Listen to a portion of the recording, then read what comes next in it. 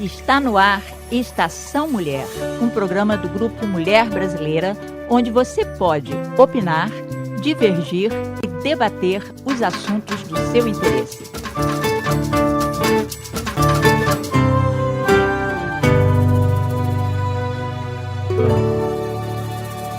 Alô, vocês estão no ar com Estação Mulher, neste sábado primeiro sábado de agosto, né, gente? Então, nós vamos pensar agora que falta menos de um mês para terminar o verão. Nossa Senhora, talvez um mês. Talvez a gente tenha sorte que vai até meados de setembro, esse calorzinho gostoso, sem chuva, né, gente? Muito sol. Vocês estão no ar com Estação Mulher, o programa do Grupo Mulher Brasileira, onde você pode e deve ter sua opinião. E nós vamos estar aqui até meio-dia. Hoje nós temos várias entrevistas e muita notícia para você. Nós vamos conversar com a advogada Hannah Crispim sobre imigração. Essa semana nós tivemos uma semana cheia de notícias sobre imigração e na comunidade muitos rumores, muitas dúvidas, né? Então nós vamos conversar com a advogada Hannah Crispim. Nós vamos conversar também com a pesquisadora Madeleine Cousineau, que está conosco ao vivo aqui no estúdio da 1230, sobre a recente viagem que ela fez ao Brasil agora, sobre as pesquisas, sobre a experiência dela entre viver no Brasil e em Boston. E nós vamos falar também sobre os próximos acontecimentos. Vamos falar do Festival da Independência, que eu quero que vocês botem no calendário de vocês. Olha só, 10 de setembro é o nosso festival ao ar livre, ali no Hedda Park, em Brighton, pertinho da Igreja de Santo Antônio. Quem vai para a Igreja de Santo Antônio em Brighton, sabe? Brighton, a igreja fica em Alston, mas o parque fica em Brighton, porque vocês sabem que as divisões aqui de bairros são quase invisíveis. E nós vamos falar também do debate dia 21, segunda-feira, daqui a 2 segunda-feiras, né? Sem ser essa depois de amanhã, vai ser a outra. Segunda-feira, 21, nós vamos fazer uma mesa redonda com as 3 candidatas mulheres a cargos eletivos em Massachusetts. Vamos conversar com a Stephanie Martins, candidata vereadora em Everett. Vamos conversar com a Margaret Shepherd, que é candidata a vereadora pelo Distrito 7 em Framingham, e vamos conversar com Priscila Souza, candidata a prefeita de Framingham. E a mediadora dessa conversa vai ser a cônsul do Brasil em Boston, Glivânia Oliveira, a embaixadora Glivânia Oliveira. Vai ser um momento bastante interessante, não só vamos falar de mulher e política, vamos falar do amadurecimento político da nossa comunidade, porque pela primeira vez temos 4 candidatos a cargos eletivos, né? O outro candidato é um homem, são 3 mulheres e um homem, é o Pablo Maia, que esteve conosco aqui no Estação Mulher sábado passado, conversando com a gente sobre as plataformas dele, por que ele é candidato e quais são os planos dele. Então, convido vocês no dia 21 para ir ao Grupo Mulher Brasileira. Nós vamos também estar ao vivo no Facebook. E se você quer botar uma mesa no Festival da Independência, dia 10, ainda dá tempo, mesa de comida, mesa de informação, mesa de artesanato e mesa de negócios. Então, mesa de comida, artesanato e informação custa $40. Mesa de comida fica bem mais cara, em torno de 145, porque a cidade nos cobra, tem vários impostos que nós temos que pagar, não é? Bombeiros, o fiscal que vai lá ver se a comida está de acordo com os requisitos de saúde, então fica mais caro. Mas o nosso preço para pagar o aluguel da mesa e das cadeiras é $40. Mesa de negócios é $400. E se quem tiver interessado pode ligar para a gente no telefone do grupo, que é 617-202-5775. Então, nós vamos conversar agora com a advogada Hannah Crispim. E você que está ouvindo o programa, se tiver alguma pergunta, pode ligar no 617-884-1230 para conversar conosco e para fazer alguma pergunta. Vamos lá ver se a gente passa a entrevista com a advogada Hannah Crispim.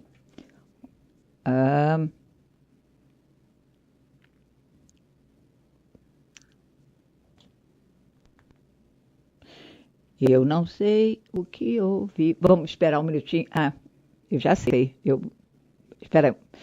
Sabe que em vez de eu passar a entrevista, eu simplesmente queria gravar a outra. Meio doido, né, gente? Ok. Vamos ver se a gente consegue agora passar a entrevista com a advogada Hanna Crispim sobre imigração. Vamos conversar agora com a advogada Hanna Crispim sobre imigração. Essa semana e a semana passada tivemos vários acontecimentos na área de imigração, decisão da Suprema Corte, essa semana o projeto do governador em resposta à decisão da Suprema Corte. Também tivemos um anúncio do presidente, então nós queremos conversar com a advogada Hanna Crispim para explicar para a nossa comunidade o que está acontecendo na realidade. Tudo bem, Hanna? Tudo ótimo, Heloísa. E você? Graças a Deus, tudo ótimo. E é muito bom ter você aqui no Estação Mulher novamente. Vamos começar em ordem cronológica com a decisão da Suprema Corte. O que a Suprema Corte decidiu? De Massachusetts, né? Nós estamos falando da corte aqui do estado de Massachusetts. Certo. Correto? Correto. Houve uma decisão de que os oficiais do governo estadual, seja um policial ou alguém que trabalha num oficial de corte, não tem autoridade para segurar qualquer pessoa só porque o ICE falou que vai buscar aquele indivíduo, tá? Então, era muito comum aqui, por exemplo, uma pessoa ser detida e levada para a polícia e depois, por causa de repente, estava dirigindo sem carteira. Aí depois, quando chegava lá, eles falavam, nós já resolvemos o caso aqui com você, nós vamos marcar uma corte aí para você depois, mas a imigração está atrás de você, nós não podemos te liberar porque eles vão vir aqui te buscar. Isso não pode acontecer mais, tá? O que não pode acontecer também é que, por exemplo, se a pessoa foi presa, ficou lá uma semana, um mês, e a pessoa aí na hora de soltarem a pessoa, depois que passou o tempo, né? Eles falavam, você já terminou seu tempo aqui com a gente, mas nós não vamos poder te deixar ir embora porque a imigração ou o ICE falou que vem aqui te buscar. A corte aqui de Massachusetts determinou que os oficiais do governo estadual não têm autoridade, porque não existe lei estadual que dê a eles a autoridade para reter um indivíduo simplesmente porque a imigração pediu para vir buscá-lo. Então, hoje em dia, se a pessoa é detida e depois liberada, ou resolve a situação com a polícia, eles não podem mais segurar ninguém para a imigração. Agora, muito importante, Heloísa, é esclarecer o seguinte, o ICE continua tendo autoridade e poder para poder parar alguém e levar alguém preso. Se você vai numa audiência, numa corte criminal, nada impede de que eles estejam lá na porta esperando a pessoa, tá? Porque as pessoas estavam achando também que isso não podia mais não. Isso é completamente diferente. Então, o ICE continua com o poder de prender as pessoas. O que não está acontecendo e não pode acontecer mais é que a polícia estadual não tem mais como segurar aquelas pessoas. Depois que isso foi decidido, o atual governador de Massachusetts apresentou um projeto de lei, que ele agora acha que ele quer que o governo, de alguma forma, contribui com a imigração, e ele fez uma proposta de lei para que os oficiais do governo estadual possam, sim, deter um indivíduo para a imigração, caso aquela pessoa seja suspeita ou tenha sido condenada de ter cometido crimes sérios. Mas isto é uma proposta de lei que ainda vai ter que ser votada e ainda vai ter que ter uma data para entrar em vigor. Por enquanto, nenhum oficial do governo estadual pode deter o indivíduo para que o ICE venha buscá-lo. Hanna, a situação muda. Suponha que eu fui condenada, fui pega 2 vezes dirigindo bêbada, né? Então, agora a polícia me pegou outra vez e me leva. Isso pode mudar a situação? Pode, digamos o seguinte, você foi pega e você foi condenada a ficar presa 6 meses, tá? Digamos que você está em status, você não tem status no país.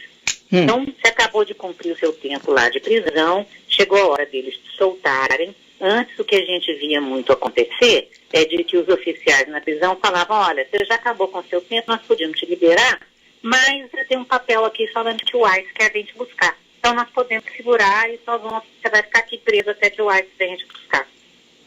Isso não pode mais, tá? Agora, se você for solto, sair da prisão e o ICE estiver lá na porta te esperando, aí eles têm o direito de te levar. Mas isso aí já é outra coisa, né? Certo. O que realmente acontecia e muito é de que as pessoas ficavam detidas até nas cortes depois de audiência esperando o ICE aparecer. É verdade, é o que se chama em inglês de detainer. Exatamente. Certo. Então, por enquanto, não tem mais esse negócio de que o detainer do ICE, o pedido lá de apreensão ou retenção do ICE, isso aqui em Massachusetts não pode mais acontecer até, se for o caso, que haja uma mudança de lei. Se o projeto do governador, que está sendo revisto na State House, mas não foi ainda indicado para uma comissão. Então, está sendo... Então, isso vai levar um tempo, né? Exatamente, leva um tempo. Mas se ele, por acaso, infelizmente, que esperamos que não, vamos lutar para isso, se ele passar, for aprovado no plenário, for para a mesa do governador e ele assinar, então isso pode modificar.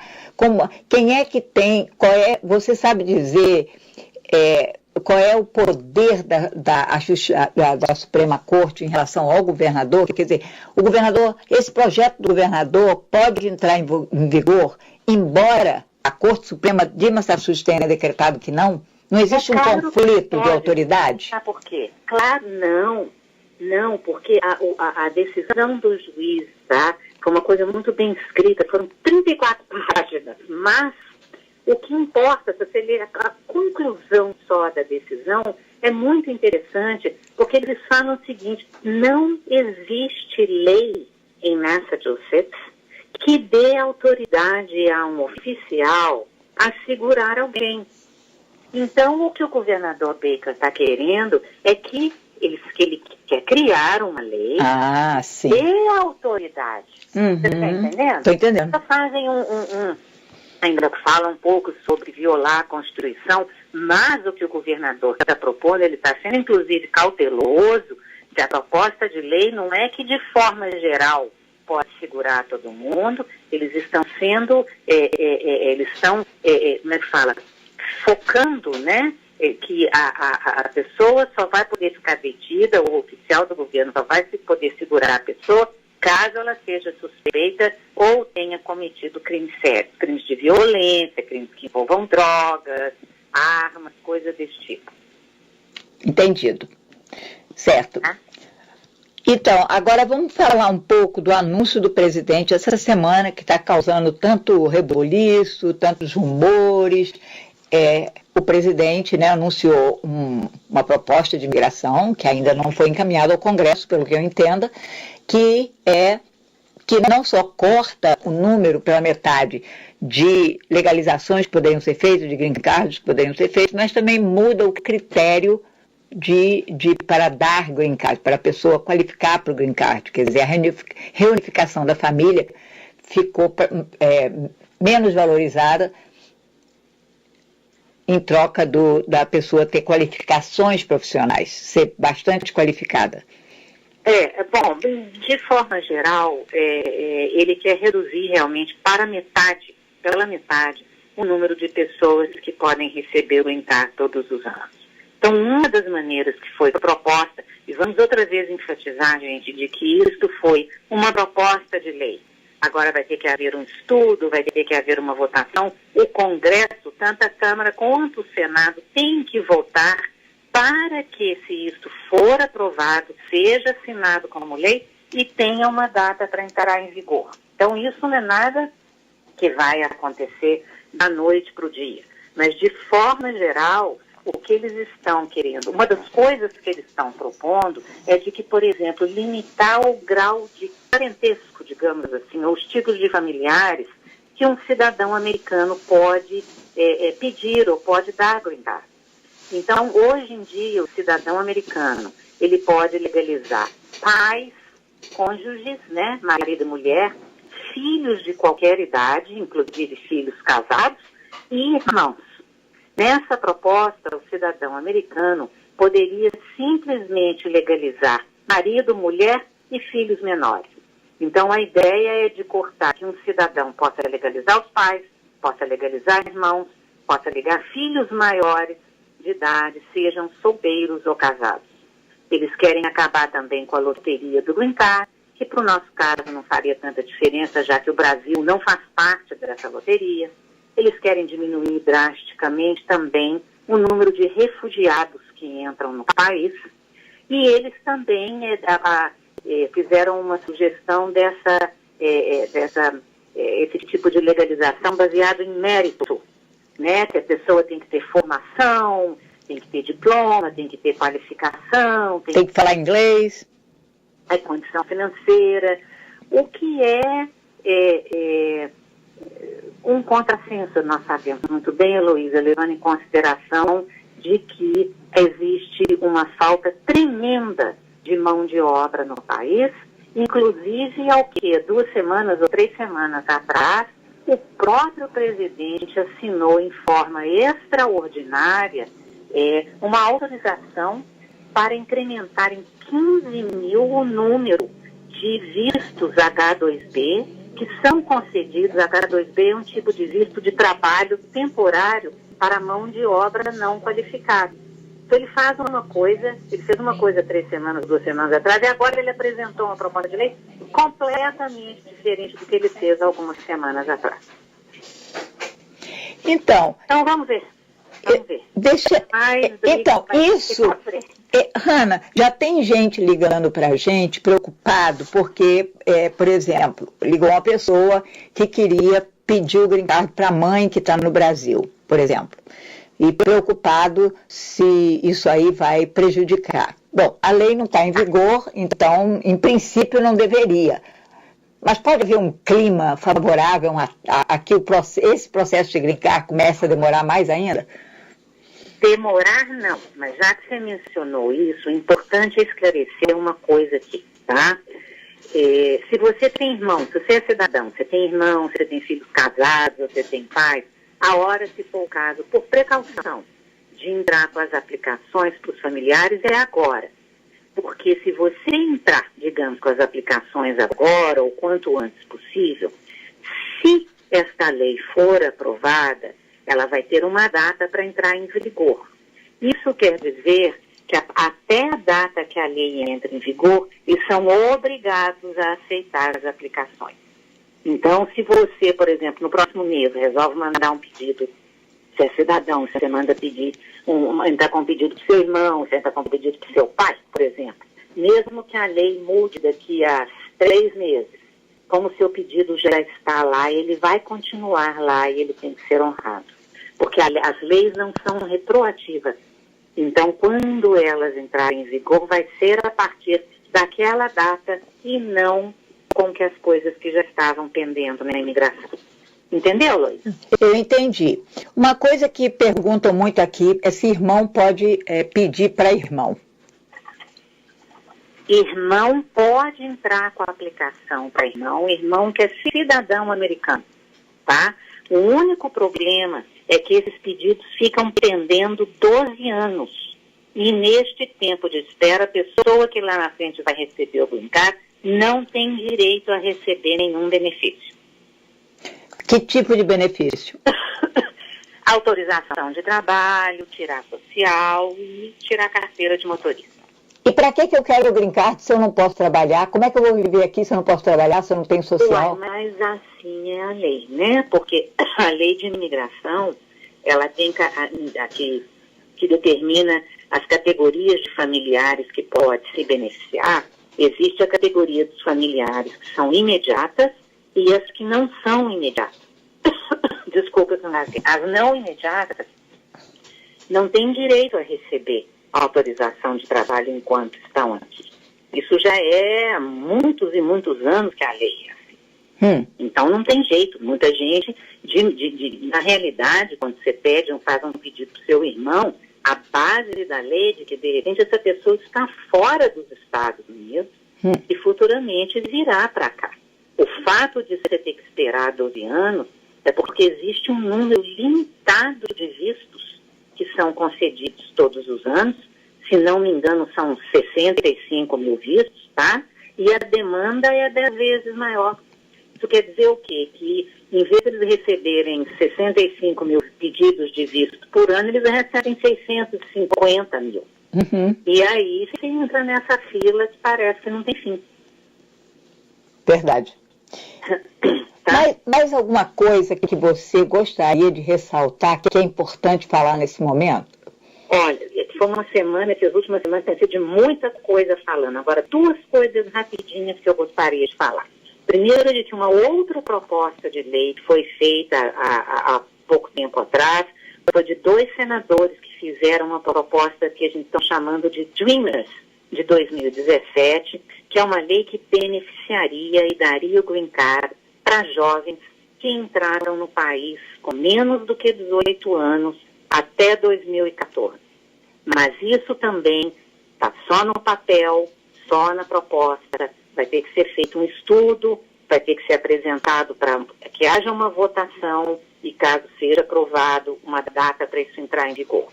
Agora, a título de esclarecimento... Desculpa, Heloísa, você queria falar alguma coisa? Não, pode seguir. Desculpa. É que eu estou com tanta coisa para falar que eu estou falando rápido demais. Pode falar.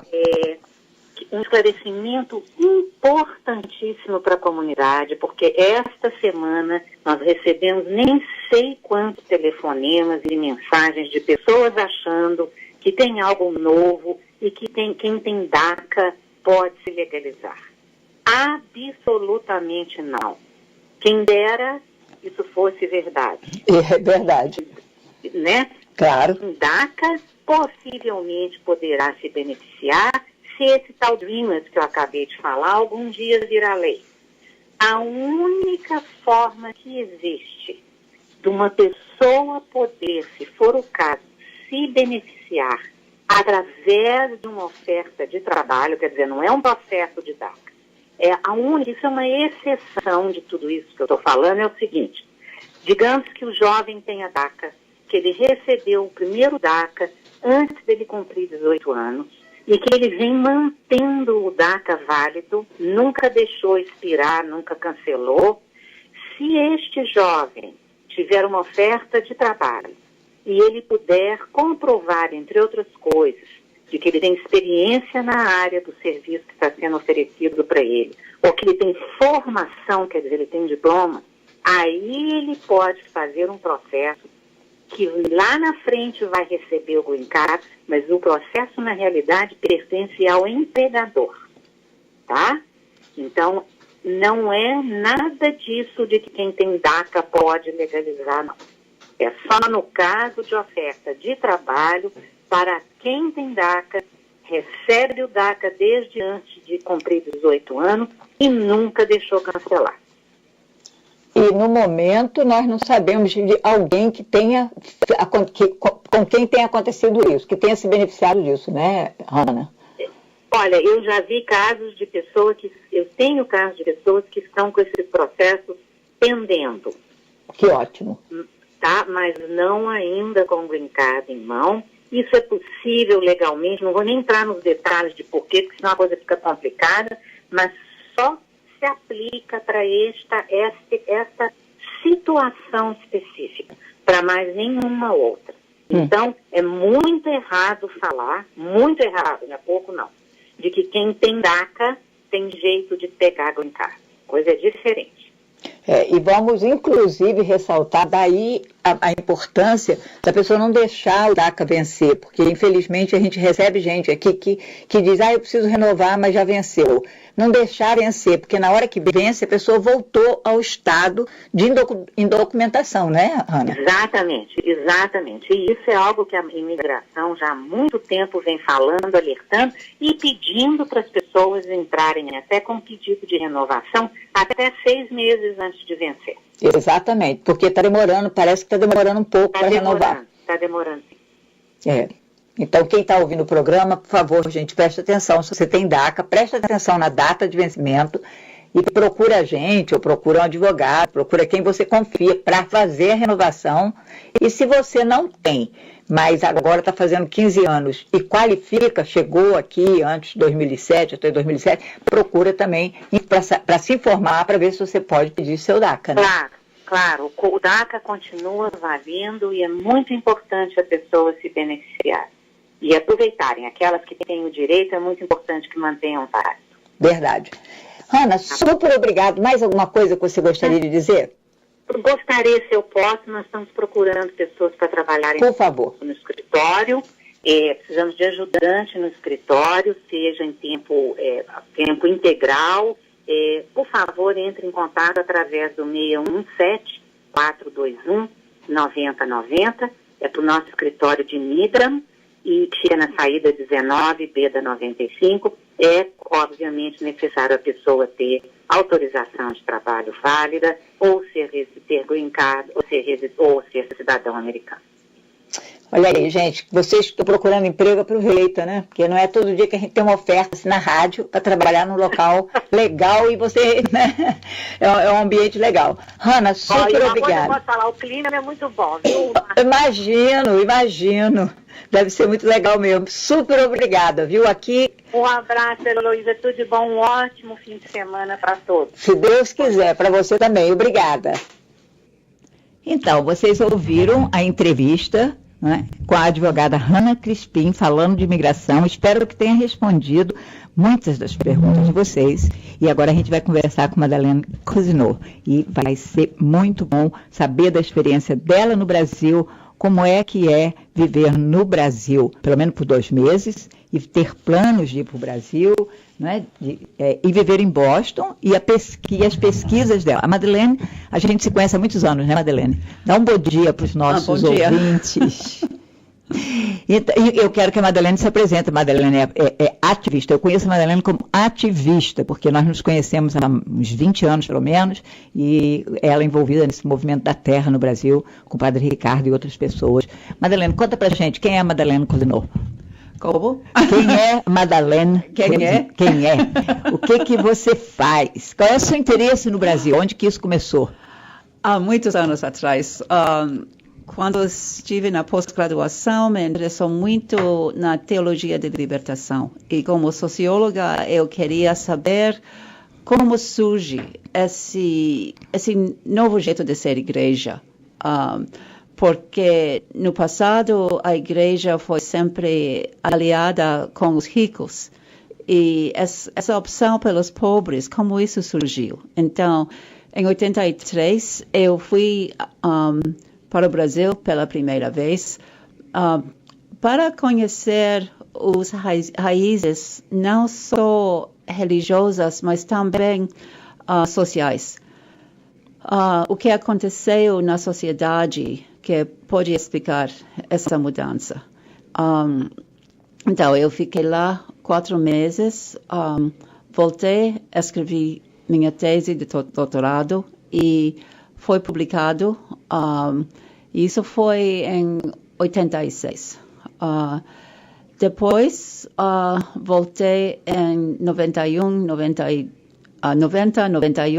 e em 92 tive uma bolsa Fulbright e eu ensinei uma disciplina na Universidade Federal de Pernambuco e nessa época me interessou muito as lutas pela terra. Foi assim que eu conheci Padre Ricardo Rezende, no sul do Pará, e comecei a fazer parte do Comitê Rio Maria, e foi assim que a gente se conheceu. É verdade, no Comitê Rio Maria, quando o Padre Ricardo veio aqui, não sei se foi a primeira vez dele aqui em Boston, quando eu o conheci.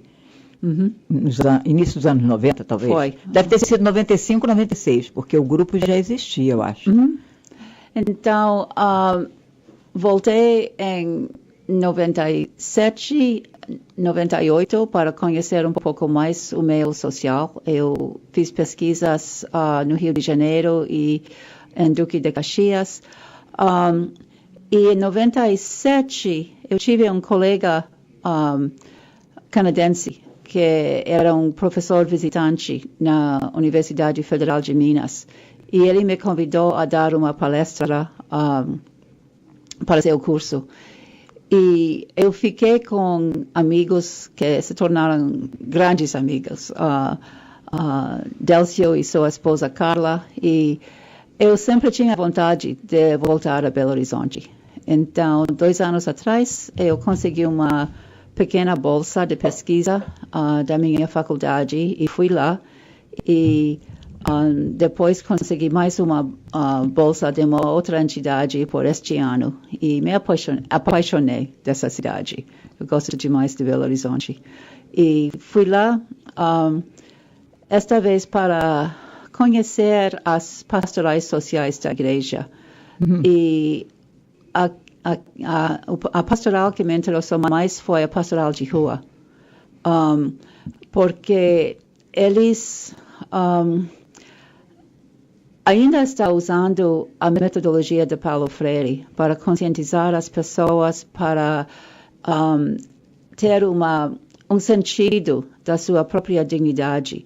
Eles não falam de pessoas de rua, falam de pessoas na condição, a população na condição da rua, para significar que morar na rua não é como se explica a essa pessoa. Uhum. É a pessoa que se encontra nessa situação, mas ainda é pessoa, ainda é alguém com dignidade.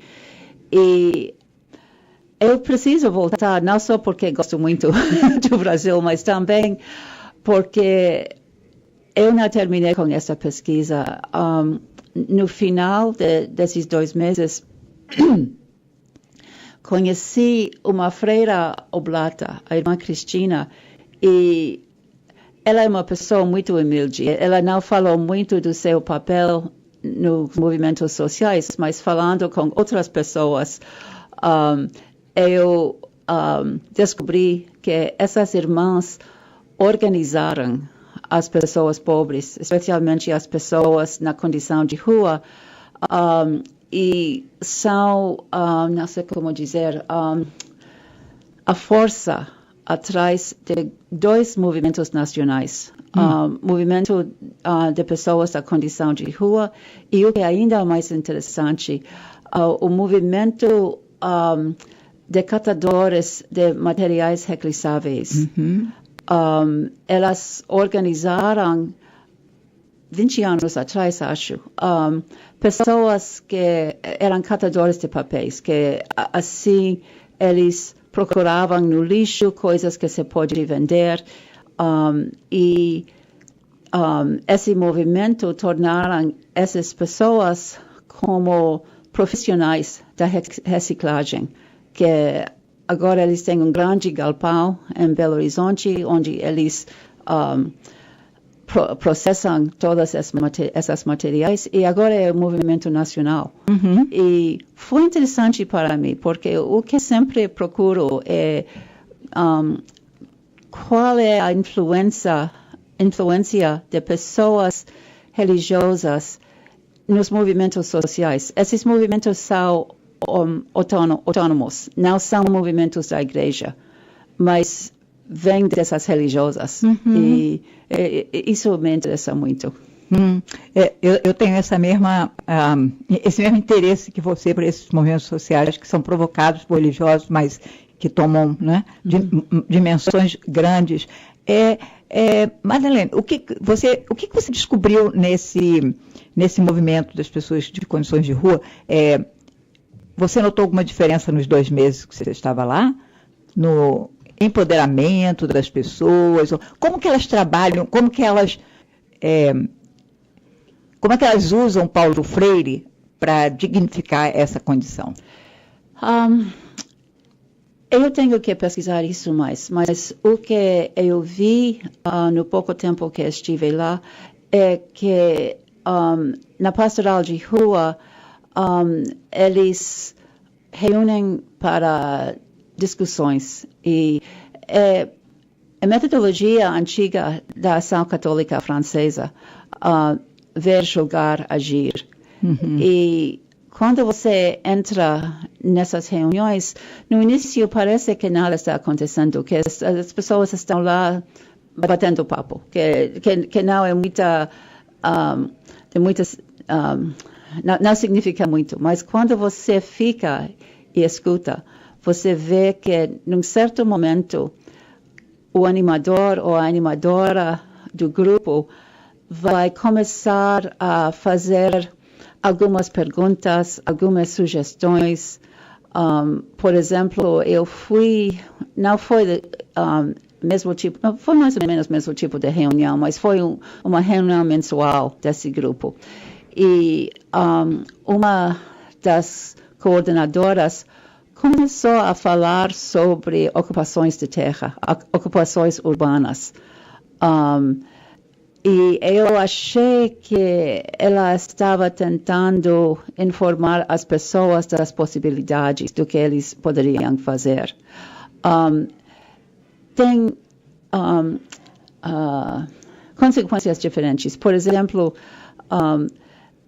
uma coisa é de capacitar a pessoa para resolver seu próprio problema. Uhum. Como você, ou como eu vou encontrar uma casa, como eu vou conseguir uma bolsa de moradia, como eu vou sair da rua. Então, isso é uma capacitação individual.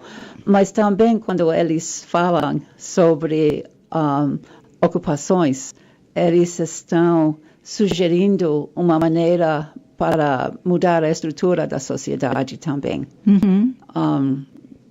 E certamente com esse projeto de reciclagem, é uma coisa que é boa para a pessoa individualmente, que eles podem ganhar renda assim, mas eles desenvolvem uma consciência sobre o meio ambiente, como eles estão ajudando a proteger a terra. Eu acho isso muito interessante, que todas as dimensões do que eles estão fazendo. E essa sua... Você é de Boston? Originalmente de Rhode Island. Eu estou em Boston mais que 50 anos agora. Já é bostoniano. Mais ou menos. E você me disse que gostaria muito de morar no Brasil.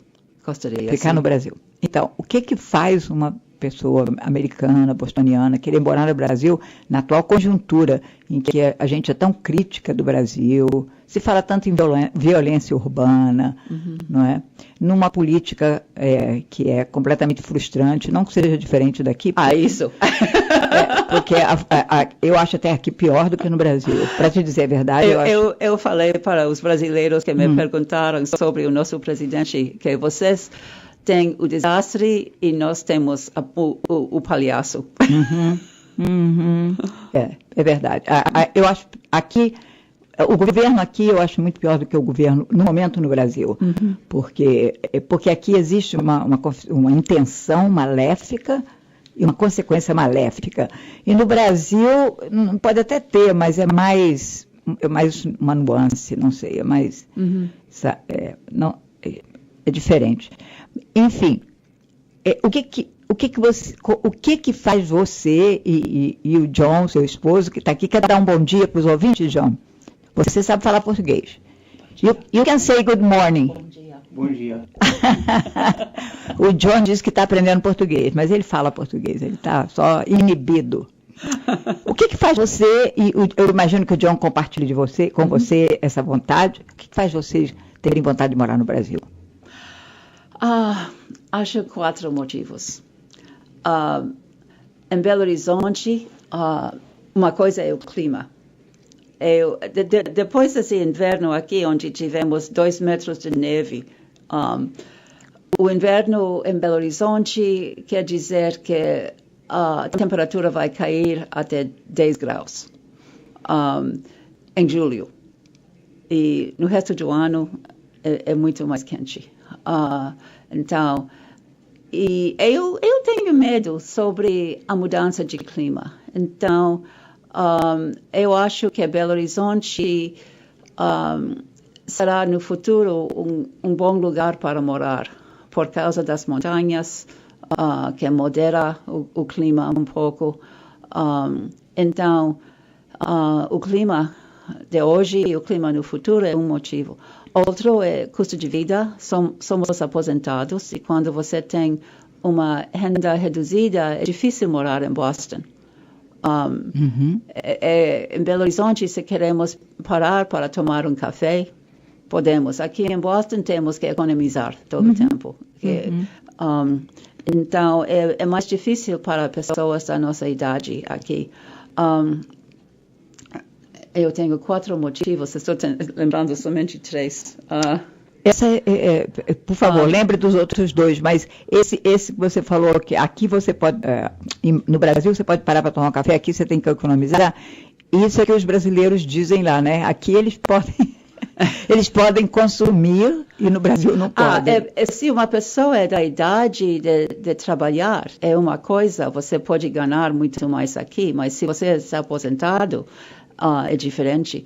A terceira coisa é tem mais respeito para os velhos lá. Estivemos com um certo assusto a primeira vez que entramos num banco para trocar dinheiro e não tivemos que ficar numa fila, que tem uma fila privilegiada para os velhos. Mesma coisa no supermercado, mesma coisa no aeroporto, nos correios.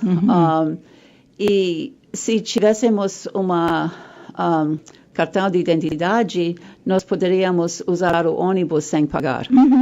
Não fizemos isso esta vez porque estive numa bolsa e a bolsa pagou minhas despesas, mas se eu morasse no Brasil, eu poderia usar os ônibus. Mas a coisa mais importante é a amizade. Eu estou morando aqui em Boston por tantos anos e eu conheço pessoas que faria qualquer coisa para mim. Se eu preciso ajuda, por exemplo, quando tinha a cirurgia, pessoas queriam levar comida, fazer compras para nós, levar equipamento medical, mas ficar e conversar, não tinha tempo. Não tinha tempo. Só 2 pessoas. E eu tive que pedir que eles fiquem para visitar. No Brasil é o contrário. Você tem que pedir para eles ir embora.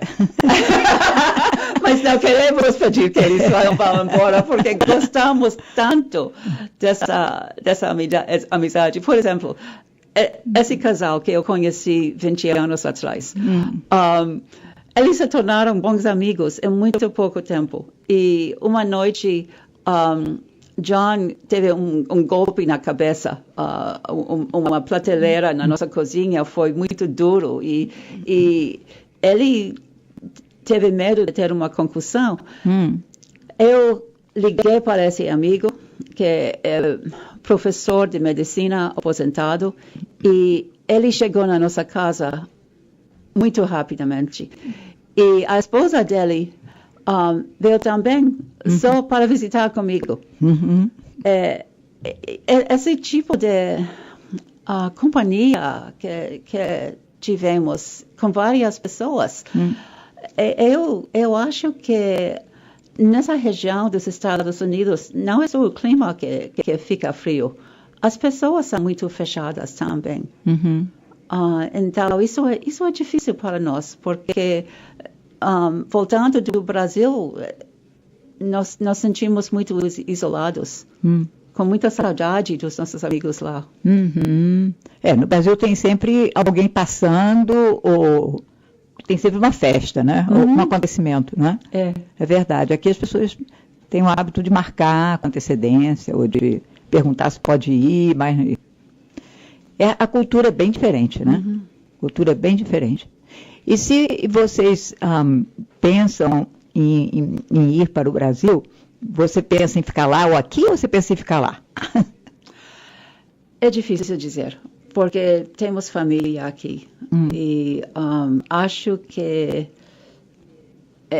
eu até pensei que compraríamos um pequeno apartamento aqui, talvez alugá-lo a estudantes para poder vir para cá no Natal e talvez no mês de julho, quando faz o mais frio em Belo Horizonte. Claro. Ainda não sabemos, é só uma ideia agora. Mas estávamos pensando nisso desde 2015, quando João veio comigo pela primeira vez, que nós gostamos muito de Belo Horizonte. E você tem plano de voltar para fazer a sua pesquisa? Você ainda tem recursos da Fulbright ou não? Eu não sei. Eu estou no processo de procurar bolsas. É mais difícil como professora aposentada, porque Sim. a maioria das bolsas são para os jovens professores. Sim, quem está na ativa. Então, falando assim, qual é a grande diferença que você vê na política, falando de política nos Estados Unidos, política no Brasil, como é que você vê esse processo? Eu sei que você acompanha a política no Brasil, porque você é ativa no Brasil nessa questão da luta pela terra. Como que você vê esse histórico do Brasil nos últimos 15 anos, talvez, ou 20 anos, antes até mesmo, vamos dizer, de Fernando Henrique Cardoso para cá? Acho que a presidência de Lula foi uma exceção. Eu acho que o presidente Bush estava olhando tanto para os países do como se diz, meio oeste, que não se dava muito conta da América Latina, porque houve tantas eleições democráticas para presidentes mais na esquerda.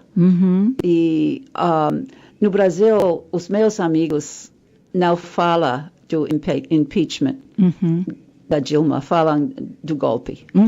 E eu acho que os Estados Unidos geralmente controlam muito a política de outros países. Então, não é uma coisa separada falar da política no Brasil e a política dos Estados Unidos, porque tem muita influência dos Estados Unidos lá. Então, é isso que eu acho, que 2 anos atrás estávamos pensando que nós gostaríamos de morar no Brasil, quando em Belo Horizonte tinha um prefeito socialista, um governador do PT e tiveram também a presidência do PT. Voltamos para os Estados Unidos, trabalhamos na campanha de Bernie Sanders e tivemos muita esperança, mas acho que tivemos um golpinho aqui também, nessa primária. Eu não quero falar muito sobre isso, porque eu sei que tem muitas diferenças de opinião sobre essa primária democrata, mas como uma pessoa que trabalhou muito forte nessa campanha, eu tenho opiniões muito fortes. Então, viramos de novo para o Brasil e tudo lá tinha mudado também, que agora tem Temer. E então, não podemos escolher o nosso país em termos de política, porque os dois são ruins atualmente. A nossa decisão de morar no Brasil ou não de morar no Brasil vai ser para esses 4 motivos que já falei. E acho que principalmente a amizade, porque estamos sentindo muito a falta muito agora. Sim, verdade. Mas você acredita que haja, porque essa mudança, esse retrocesso político, não é só nos Estados Unidos nem no Brasil, a gente vê isso quase que no mundo inteiro. É um período de retrocesso, de retorno ao conservadorismo radical. Claro. A tentativa da supremacia branca de dominar. Então, você acha que no seu tempo de vida você vai ver a volta das bases populares no poder? Claro, aqui nos Estados Unidos e também lá. Estamos pensando nesse ano que vem de tentar nos envolver em movimentos aqui nos Estados Unidos. se Trump tenta acabar com a segurança social, eu vou estar na rua. Mesmo que tenha que estar lá numa cadeira de roda, vou estar na rua, vou estar marchando para defendê-lo. Como essas pessoas em cadeiras de roda estavam no escritório do senador McConnell, foram presos mesmo. Essas pessoas salvaram o nosso sistema de saúde, mesmo que não é perfeito, mas salvaram o que temos. Então, acho que quero participar nessas manifestações aqui nos Estados Unidos. Se moramos no Brasil, esperamos dar um apoio a esses movimentos sociais, especialmente o movimento de pessoas na condição de rua, o movimento dos catadores de materiais recicláveis, de fazer o que podemos fazer para dar um apoio. É um pouco difícil quando você é estrangeiro de ser militante demais num país, mas você pode dar apoio. Você acha, qual é a diferença entre o povo no Brasil e o povo dos Estados Unidos em termos políticos? Você acha que o povo no Brasil é tão ativo como daqui, ou os dois não são ativos? É difícil dizer com tão pouco tempo lá.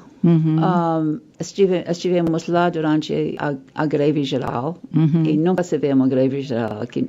Não foi completo, não foi que todas as pessoas participaram, mas bastante. E por alguns dias depois, quase todo dia houve manifestações na rua. Então, eu acho que tem mais consciência no Brasil entre pessoas pobres. E não são todos, mas aqui nos Estados Unidos, muitas pessoas que são pobres têm a ilusão que um dia vão ser ricos. Então, eles identificam com os ricos mais que no Brasil. E acho que isso é um problema aqui. Mas quem sabe? Porque tudo está mudando. Podemos ver, já temos visto uma ressurgência de movimentos sociais aqui nos Estados Unidos, e isso pode continuar. Sim. Mas eu acho, por exemplo, que no Brasil o Lula tem mais possibilidade de ganhar a primeira eleição do que o Bernie Sanders tem aqui. Porque tem mais apoio do povo para o PT. Então, o apoio é para o PT ou para o Lula? É interessante, isso depende com quem você fala, porque eu falei com pessoas que apoiam muito o PT, mas acham que Lula se tornou corrupto. Tem outros que apoiam muito Lula. Então, e outros também que estão contra, que querem apoiar um candidato que favorece retornar ao regime militar.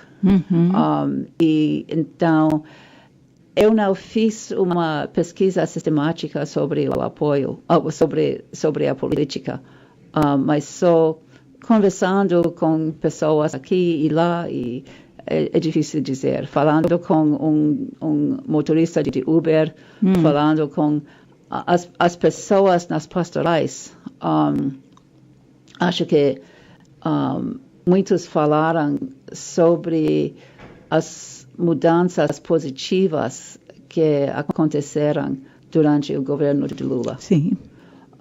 E então eu tenho um ponto de vista um pouco, como se diz, bias. Eu não sei a palavra. Preconceituoso? Talvez preconceituoso, por causa das pessoas que entrevistei, que eram pessoas das pastorais ou dos movimentos que têm essa perspectiva mais da esquerda. E também meus amigos. É verdade. Quer dizer, eu concordo com você. Eu vejo que no Brasil os movimentos de base, as pessoas da periferia, as pessoas mais pobres, são as pessoas que têm mais me parece mais consciência política no sentido de lutar, de fazer os movimentos, levar os movimentos. E aqui, a mim parece que são as pessoas que têm um nível de educação maior, não? Uhum. Que elas têm a cabeça mais aberta e lutam mais, porque tem uma consciência do direito. É isso. Então, para mim, a diferença é essa. Você acha que se Lula fosse candidato, a eleição fosse agora Lula, ganharia? Todo mundo lá dizia isso. Uhum. Uhum. É. Eu vi, inclusive, hoje, por coincidência, eu vi um vídeo da campanha dele em 2008, Lula 2018. Uhum. Né? E é um clipe de várias imagens dele. Né? E eu estava conversando com uma amiga no Brasil. Hoje, eu aqui, ela no Brasil, e exatamente a gente estava falando sobre essa questão política, não só de Lula, mas eu relaciono um pouco com os Kennedys, no sentido de que são políticos que, no poder, podem ter feito coisas erradas, podem ter feito conchavos que a gente não aprova, mas eles tiveram uma visão além do horizonte, em relação ao povo. Uhum. E eu olho para Lula, para mim Lula foi o primeiro presidente que governou para o povo. É isso, claro. Não tem, eu não vi outro na minha história de vida. Não esqueceu das raízes dele, né? Então, isso, para mim, é um fator mais importante, porque ele melhorou a vida dos que estão lá embaixo, que nunca ninguém melhorou. As pessoas só governam para a classe média ou para a classe média alta. Vamos ver. A gente está terminando o programa, mas eu quero que você tenha 1 minuto para se despedir. Espero que não cortem a gente. Super obrigado pela entrevista, fantástica, né? Espero que você volte, espero que você vá para o Brasil e eu faça entrevista com você lá no Brasil. Suas palavras de despedida no Estação Mulher. Bom, eu não sei exatamente o que dizer, mas foi um grande privilégio de ter essa oportunidade de falar com você no rádio e fico muito agradecida. Que bom, é um prazer tê-la aqui. A gente volta sábado que vem, daqui a pouco a gente está indo embora. A gente volta sábado que vem com outra Estação Mulher aqui às 10 horas, na 12h30, e 10 horas não, às 11 horas, na 12h30. E vou lembrar vocês, dia 21, Grupo Mulher Brasileira, 6h30 da tarde.